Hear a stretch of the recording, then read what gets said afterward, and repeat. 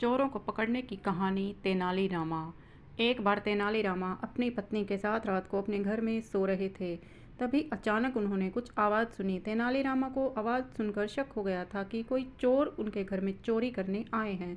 तेनाली ने अपनी पत्नी को कहा कि लगता है कोई चोर चोरी करने आया है, तो हम अपने कीमती सामान को एक थैली में डालकर कुएं के अंदर फेंक देते हैं। जिसके बाद तेनाली अपनी पत्नी के साथ कुएं में अपने कीमती सामान से भरी थैली फेंक आए। वहीं चोरों ने उनकी बात सुन ली और वे चोर कुएं में जाकर कुएं का पानी निकालने लगे। पूरी रात कड़ी मेहनत करने के बाद जब चोरों के हाथों वो थैली लगी तो उस थैली में पत्थर थे।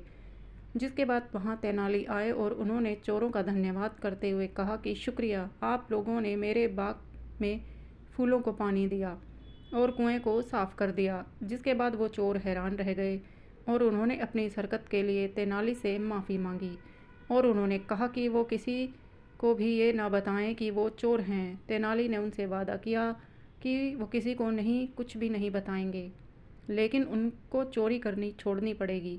इसके बाद इन चोरों ने मेहनत करके पैसे कमाने शुरू कर दिए। बिल्ली और तेनाली की कहानी। एक बार राज्य में चूहों ने लोगों को काफ़ी परेशान कर दिया था। लोगों के घरों में इतने चूहे हो गए थे कि वो घरों का रखा सारा खाना और कपड़ों को खराब कर देते थे। जब ये बात राजा के पास पहुंची तो राजा ने राज्य के सभी लोगों को आदेश दिया कि उन्होंने अपने घर में एक बिल्ली पालनी होगी ताकि चूहों को बिल्ली खा ले और परेशानी का समाधान निकल जाए। लेकिन राज्य की जनता के पास इतना दूध नहीं हुआ करता था कि वो बिल्ली को भी दूध दे सकें। वहीं जनता की इस समस्या का हल करते हुए राजा ने हर घर के लिए एक गाय देने का फैसला किया। वहीं तेनाली को दूध बहुत पसंद था और वो नहीं चाहते थे कि बिल्ली को दूध दिया जाए, इसलिए वो रोज़ बिल्ली के लिए गर्म दूध रखते ताकि बिल्ली उस दूध को पी ना सके। तेनालीरामा की यह तरकीब काम कर गई और बिल्ली जब भी दूध पीने जाती तो गर्म दूध देकर वो दूध को नहीं पी पाती थी और इस तरह तेनाली को सारा दूध पीने को मिल जाता था। वहीं एक दिन राजा ने आदेश दिया कि गांव के सभी लोग अपनी बिल्ली के साथ राज दरबार में पेश हों।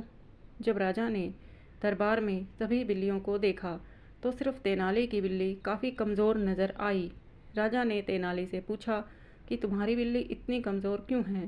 तेनाली ने कहा कि इसकी बिल्ली को दूध पीना पसंद नहीं है।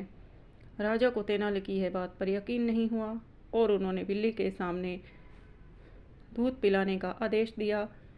जैसे बिल्ली के सामने दूध रखा गया तो बिल्ली को लगा कि ये दूध गर्म होगा और इस तरह से वो दूध नहीं पिया और तेनाली को राजा द्वारा कोई दंड नहीं दिया गया और गाय का सारा दूध तेनाली को मिलने लगा। ऊपर बताई गई कहानी से साफ पता चलता है कि तेनाली अपनी समझ से किस तरह हर बार लोगों को हैरान कर देते थे। इतना ही नहीं, उनकी समझ के कारण बड़ी सी परेशानी को हल किया जाता था। फ्रेंड्स, कहानी पसंद आए तो लाइक, शेयर और सब्सक्राइब ज़रूर करें। धन्यवाद।